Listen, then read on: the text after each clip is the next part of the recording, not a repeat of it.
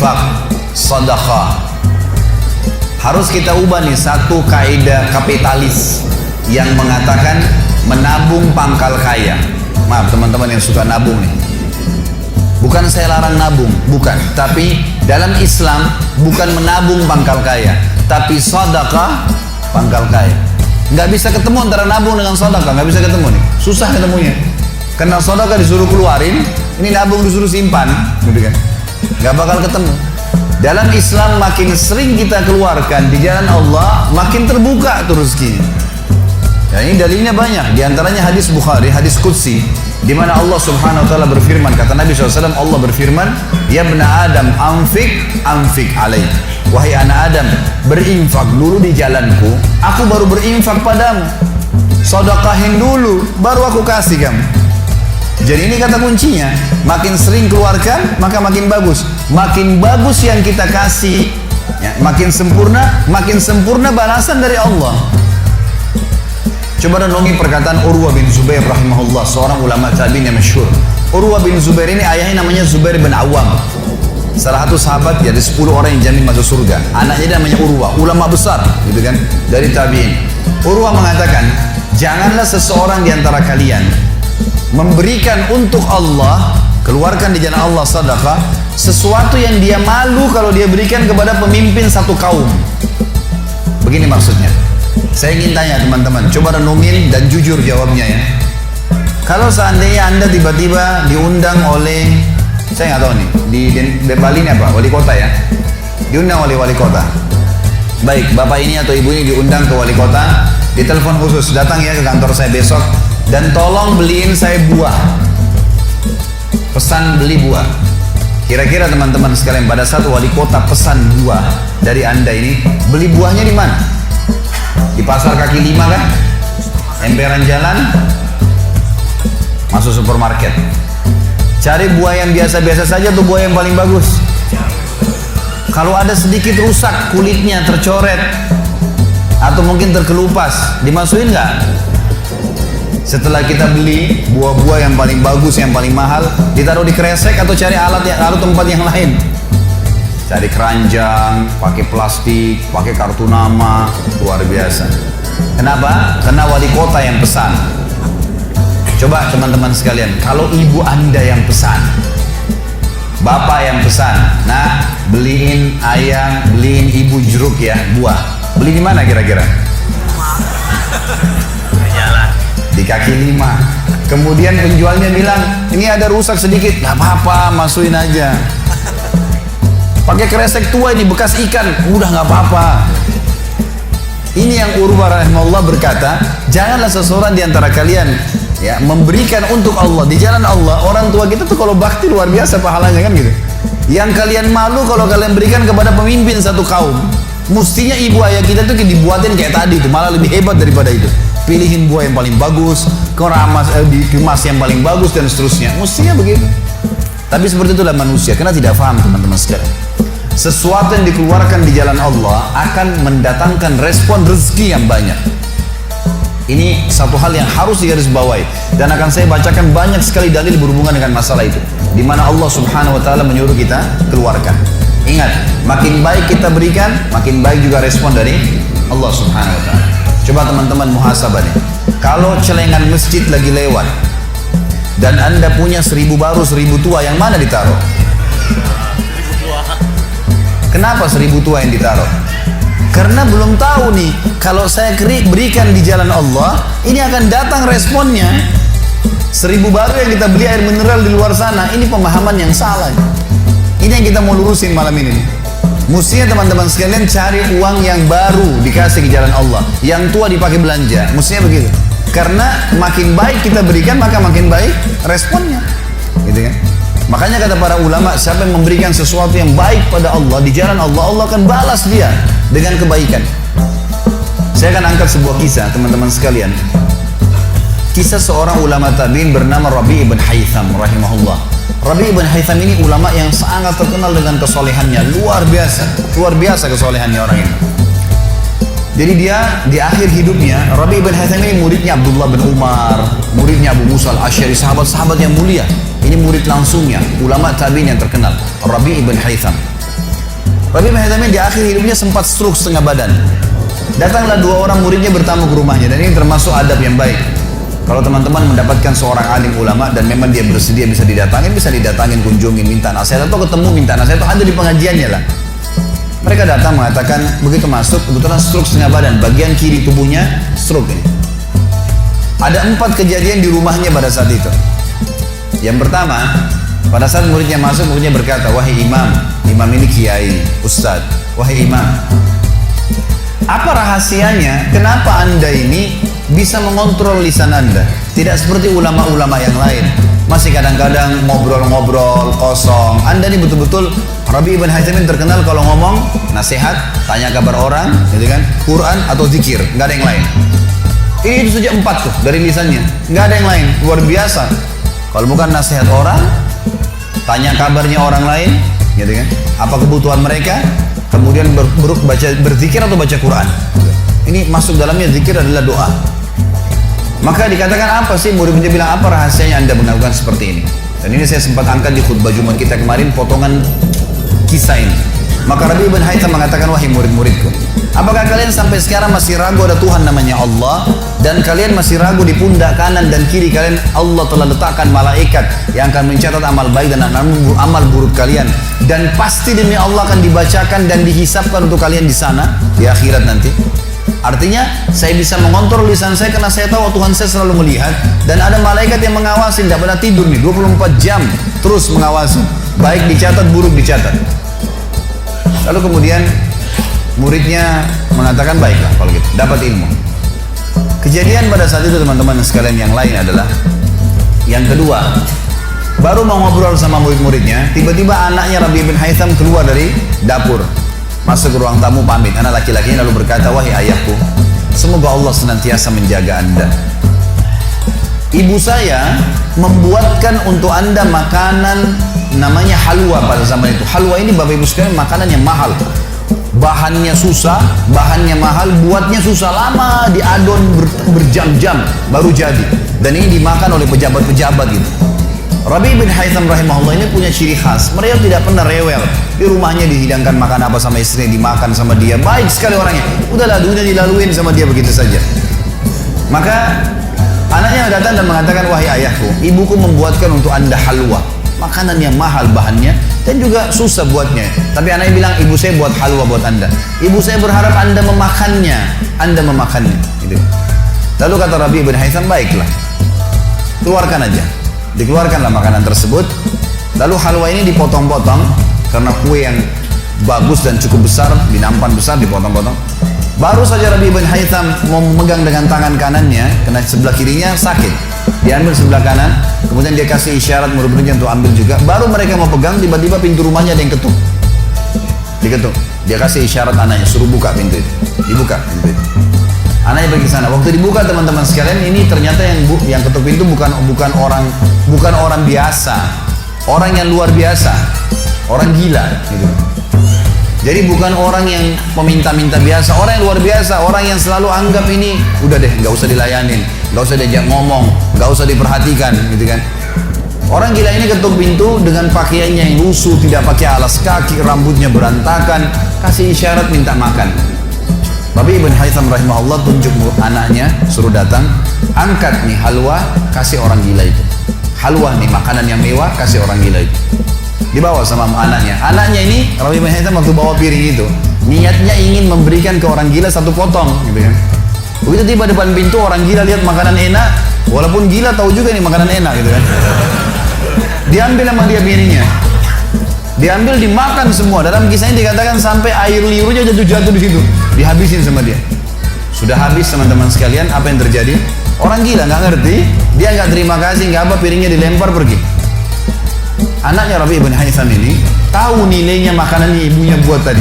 Diambil piring itu, ditutup pintunya, lalu dia kembali lagi. Kemudian dia bilang sama ayahnya, wahai ayahku, semoga Allah senantiasa menjaga anda. Sebelum saya lanjutkan kisah teman-teman sekalian, saya sarankan juga bahwa teman-teman di sini yang sudah punya anak, biasakan selalu menggunakan doa antara suami istri dengan anak, itu penting sekali. Karena kata Nabi SAW, jangan ucapkan kata-kata doa yang bisa berbau doa buruk buat kalian, diri kalian, keluarga kalian, dan harta kalian. Karena bisa saja malaikat lewat dan mengaminkannya. Kita harus selalu doa yang baik gitu kan. Jadi Rabi' bin Haitham membiasakan anaknya untuk dilatih berdoa yang baik. Jadi selalu kalau mau minta tolong, nah semoga Allah menjagamu, ambilkan ayah ini.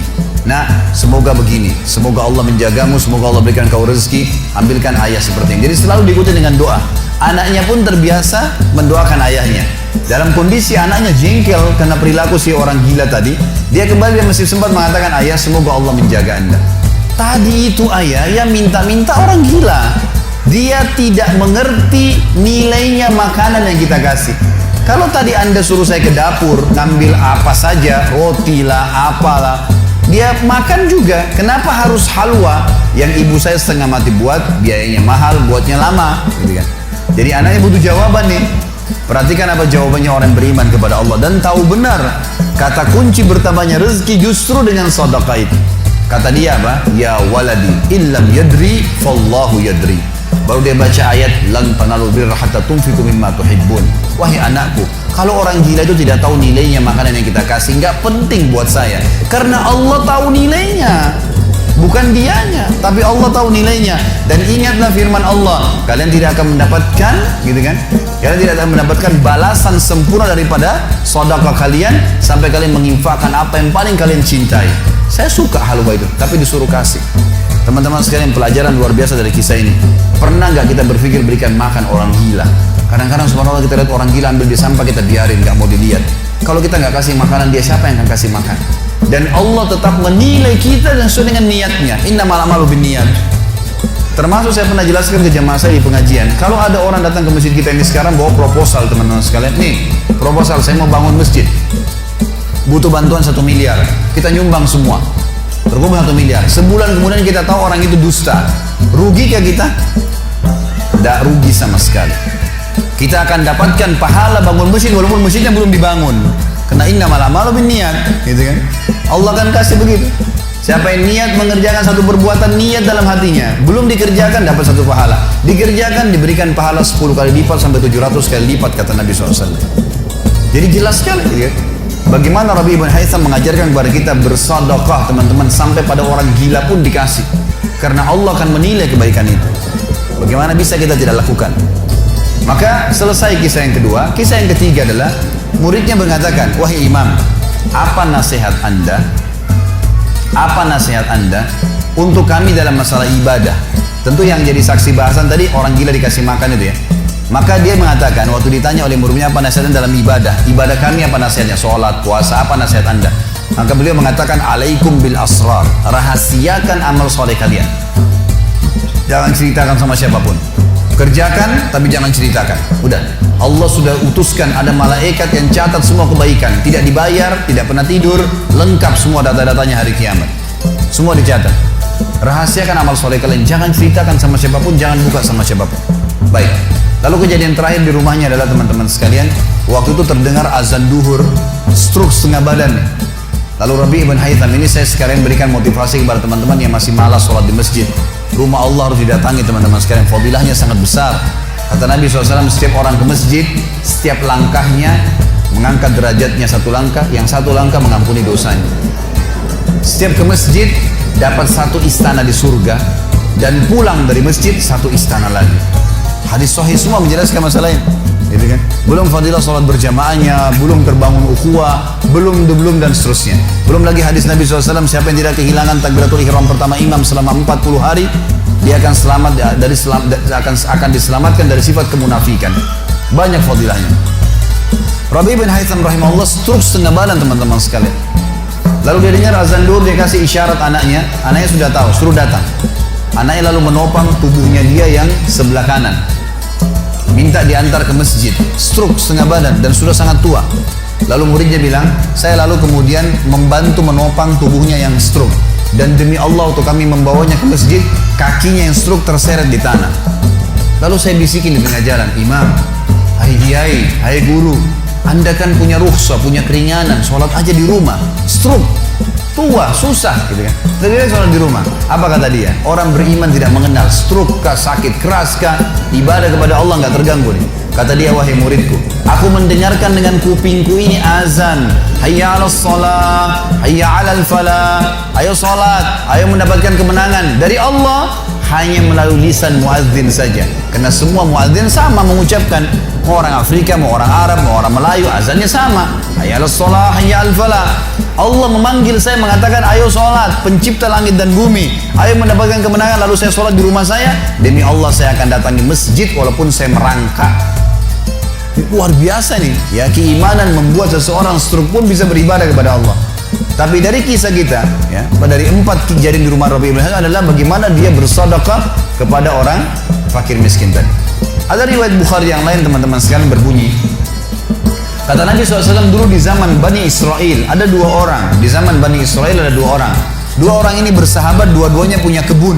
Dua-duanya punya kebun. Kebun ini mereka lagi nunggu hujan dan satu negeri itu belum turun hujan. Tiba-tiba si A sama si B. Si A ini melihat ada awan, kata Nabi SAW, lewat di atas kebunnya.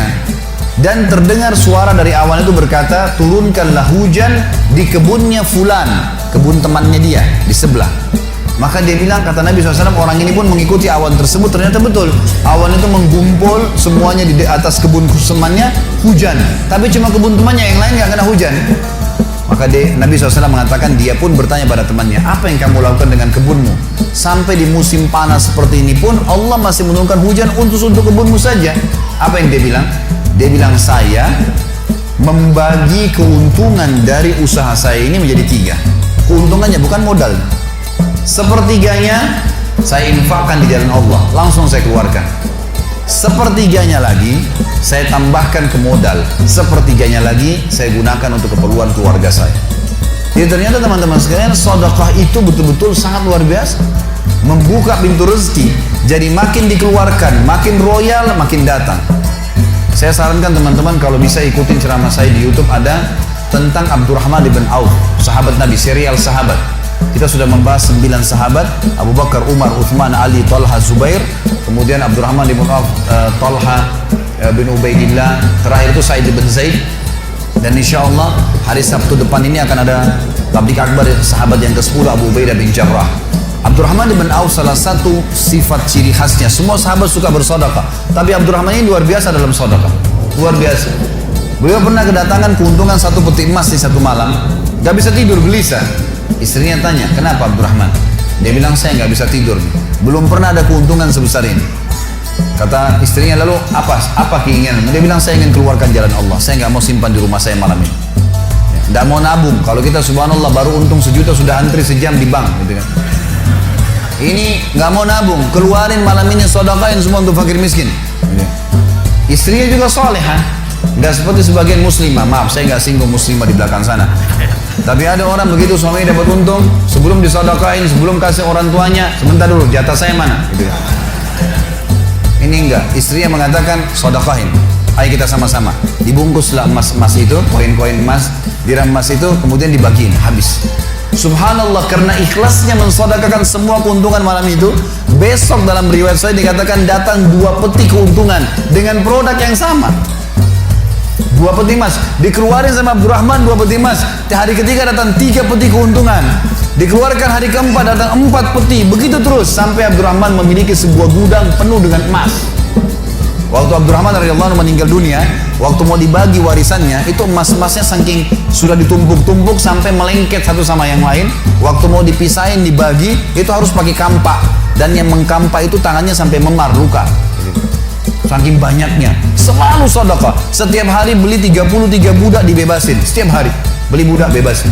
Setiap hari datangkan 30 kafilah, ya 30 ekor unta untuk diparkir, ditaruh di tengah-tengah jalan, di tengah-tengah jalan Madinah. Lalu pegawainya berteriak, Abdurrahman membagi-bagi buat kalian, silakan, semua ambil kebutuhannya.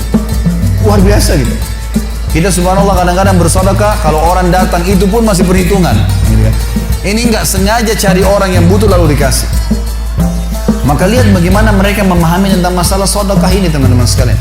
Dalam hadisnya dikatakan sedekah tutfi'u ghadabur rahman. Sedekah itu bisa meredam murkanya Allah. Keluarin, jangan ragu dengan masalah sedekah itu. Karena itu kata kunci datangnya rezeki. Mari kita dengarkan ayatnya. Yang pertama adalah surah Al-Baqarah, surah nomor 2 ayat 254. Allah Subhanahu wa taala berfirman, Al-Baqarah 254, A'udzu billahi minasyaitonir rajim, ya ayyuhalladzina amanu, hai orang-orang yang telah beriman pada Allah, anfiku, keluarkan mimma razaqnakum, dari apa yang telah kami berikan untuk kalian rezeki, min qabli an ya'ti yaumun la bay'un fihi wala khullatun wala syafa'ah wal kafiruna humudz zalimun. Sebelum datang hari nanti kalian menyesal, nggak ada lagi hari transaksi, nggak ada lagi kasih sayang, tidak ada lagi pertolongan, hari kiamat. Teman-teman sekalian, maaf kalau anda punya rezeki banyak di rekening, masya Allah, bagus, tapi usahakan selalu ada sedekahnya. Karena kalau kita biarkan numpuk, kita cuma bangga di angka tulisan, di print bukunya, oh iya banyak ya, 2 miliar, 10 miliar. Kita cuma bangga dengan angka. Apa yang mau dibanggain? Pada saat antum meninggal, kalau antum tidak sedekahkan teman-teman sekalian, tidak punya masjid yang dibangun, nggak punya kegiatan amal jariah, nggak pernah punya sesuatu buat dia infakkan sebenarnya, gitu kan? Maka pastikan orang seperti ini akan menyesal pada saat meninggal. Coba ya saya sedekahin dulu. Makanya kata Nabi SAW, hartamu yang sebenarnya, harta yang kau sedekahkan selama kau hidup, itu harta sebenarnya. Dan harta yang bukan sebenarnya yang kau habiskan beli makanan dan pakaian, habis semua. Yang kau sedekahin. Seorang ulama salaf dulu pernah ditanya, setiap dia dapat keuntungan selalu sedekahin, dapat keuntungan selalu sedekahin, selalu sedekahin. Dipakai untuk kebutuhan keluarganya, sisanya sedekah, nggak ditabung sama dia, dihabisin. Maka pada saat ya ada teman-temannya kumpul di rumahnya lalu berkata, wahai fulan, apa kok nggak sayang hasil kerimatmu? Bukannya ditabung malah dikeluarin terus. Kok nggak sayang sama hartamu tuh? Kata dia apa? Justru saya sayang sama harta saya. Karena saya sayang, jadi saya mau bawa harta saya sampai di akhirat. Ini sedekah saya bawa sampai di akhirat. Kalau saya simpan di sini, saya cuma tabung untuk dunia saja. Jadi lihat bagaimana mereka memahami tentang masalah sedekah itu. Kemudian dikatakan, dan orang-orang kafir, mereka lah orang-orang yang zalim. Mereka tidak mau sedekah, maka mereka zalim sebenarnya. Kemudian surah Ibrahim, surah nomor 14 ayat 31 sampai 34. Allah Subhanahu wa taala berfirman, A'udzubillahi minasyaitonirrajim, qul li'ibadiyalladzina amanu. Katakanlah hai Muhammad kepada hamba-hamba saya yang telah mengaku beriman, yuqimus shalah, mereka mendirikan salat, jaga salat 5 waktu mereka, salat-salat sunnah mereka, wa yunfiku, dan mereka bersedekah, menginfakkan, mimma razaqnahum, dari apa yang kami menjadikan sebagai rezeki buat mereka, sirran wa alaniyah, baik sembunyi-sembunyi ataupun terang-terangan. Karena kadang-kadang kalau ada orang minta di pinggir jalan, kita nggak mungkin sembunyikan, tinggal mengontrol supaya tidak riya saja. Min qabli an ya'tiya yaumun la bay'un fihi wala khilal, sebelum datang hari tidak ada lagi transaksi, nggak bisa lagi kita keluarkan uang kita. Di akhirat nggak laku lagi rupiah, nggak laku lagi dolar, nggak laku lagi pound sterling, nggak ada lagi semua itu. Yang laku adalah yang sudah disedekahkan selama di dunia. Sebelum datang hari yang tidak ada transaksi dan tidak ada lagi persahabatan. Allahul ladzi khalaqas samawati wal ard, yang menyuruh kalian sholat tadi dan menginfakkan apa yang kalian telah diberikan adalah Allah yang telah menciptakan seluruh langit dan bumi. Wa anzala minas samai ma'a, dan telah menurunkan dari langit air. Fa akhraja bihi minas samarati rizqan lakum, lalu dengan air hujan itu dia tumbuhkan buah-buahan sehingga kalian bisa menjadikannya sebagai rezeki kalian, menutupi kebutuhan kalian. Wa sakhkhara lakumul fulka litajriya fil bahri bi amri, yang menyuruh kalian sholat dan berinfak itu adalah Tuhan Allah yang telah menundukkan lautan sehingga bahtera-bahtera kalian bisa meraung di atasnya. Wa sakhkhara lakumul anhar, juga yang telah menundukkan sungai-sungai buat kalian, bisa dilewatin atasnya, bisa diambil ikan-ikan dan seterusnya yang ada di dalam lautan dan sungai itu. Wa sakhkhara lakumus syamsa wal qamara da'ibain, dan juga yang menyuruh kalian sholat dan menginfakkan harta kalian adalah yang telah membuat, yang menundukkan matahari dan bulan yang rutin terus menerus setiap pagi dan malam silih berganti untuk memenuhi kebutuhan kalian. Wa sakhkhara lakumul laila wan nahar, dan menundukkan juga buat kalian malam untuk istirahat dan siang untuk bekerja. Wa atakum min kulli ma sa'altumu, dan juga dia akan memberikan semua apa yang kalian minta kepadanya. Wa in ta'uddu ni'matallahi la tuhsuha, kalau kalian ingin menghitung-hitung nikmat Allah maka kalian tidak akan mampu. Innal insana la zalumun kafar, sesungguhnya manusia itu zalim, kafar, kufur, gitu kan. Dikatakan dalam sebuah hadis, kata Nabi SAW, manusia itu kufur. Kalau dia dikasih, ya, kalau Allah tahan rezekinya, maka dia terus menerus berdoa, terus menerus mengeluh, dan pada saat Allah kasih dia pelit untuk tidak keluarkan. Bagaimana bisa dia menganggap punya? Siapa di antara anda yang menganggap apa yang dia miliki sekarang punya dia? Mungkin kita semua mengatakan, oh ini rumah saya, ini mobil saya, ini punya saya, ini baju saya. Itu perkataan kita cuma simbolik di dunia. Buktinya pada saat kita meninggal, dibungkus dengan kain kafan. Semewah apapun mobil tidak bakal ikut ke liang lahat. Rumah tidak masuk liang lahat. Gak ada ceritanya, kita masuk semua jadi warisan tuh. Itu buktinya, lahir tanpa pakaian, masuk kuburan juga dengan satu lembar pakaian. Gitu. Berarti bukan milik kita. Maka kesempatan kita memperbanyak amal sedekah kita, sehingga memang mendapatkan pahala yang besar. Dan sekali lagi bahasan kita, sedekah mendatangkan rezeki yang banyak.